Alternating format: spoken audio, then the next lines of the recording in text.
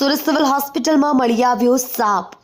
Fire બ્રિગેડના જવાનો પહોંચ્યા rescue માટે। સાપને સહી સલામત રેસ્ક્યુ કરીને લાલ રંગના કપડામાં કરાયો પેક। સાપ ઝેરી ન હોવાથી થઈ રાહત। કલ્પેશ રાણાની સાથે જોતા રહો ન્યૂઝ 9 ગુજરાતી સુરત। મારું નામ છે માર્શલ લીડર દિનેશ કાકુડે। સિવિલમાં કોલ આવેલો છે સાપનું 9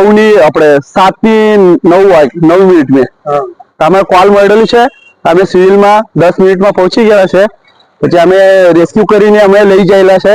અમને ખુલ્લા પ્લોટમાં છોડી દેવું પડે એને। આ સાપ કેવો છે? ઝેરીલું છે કે નથી? નુકસાન પહોંચાડે કે ના?